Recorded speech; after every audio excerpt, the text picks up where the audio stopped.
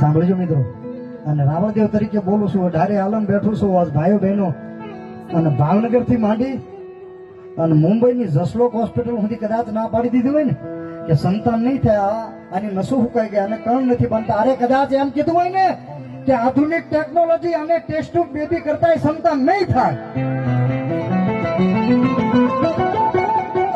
અહીંયા ભાઈઓ બહેનો બેઠા સાંભળજો, મને ન કેતા, કોઈ ભુવન ન કેતા, પણ જ્યાં બેઠા છો આંખ બંધ કરીને આંખમાં આહુડા પાડીને મારી બીડ વાળી મેલડીને કહી દેજો એકવાર. ભાવનગર થી માંડી અને આજની તારીખ લખી લેજો, 23 માર્ચ 2025 આજ બોલું છું.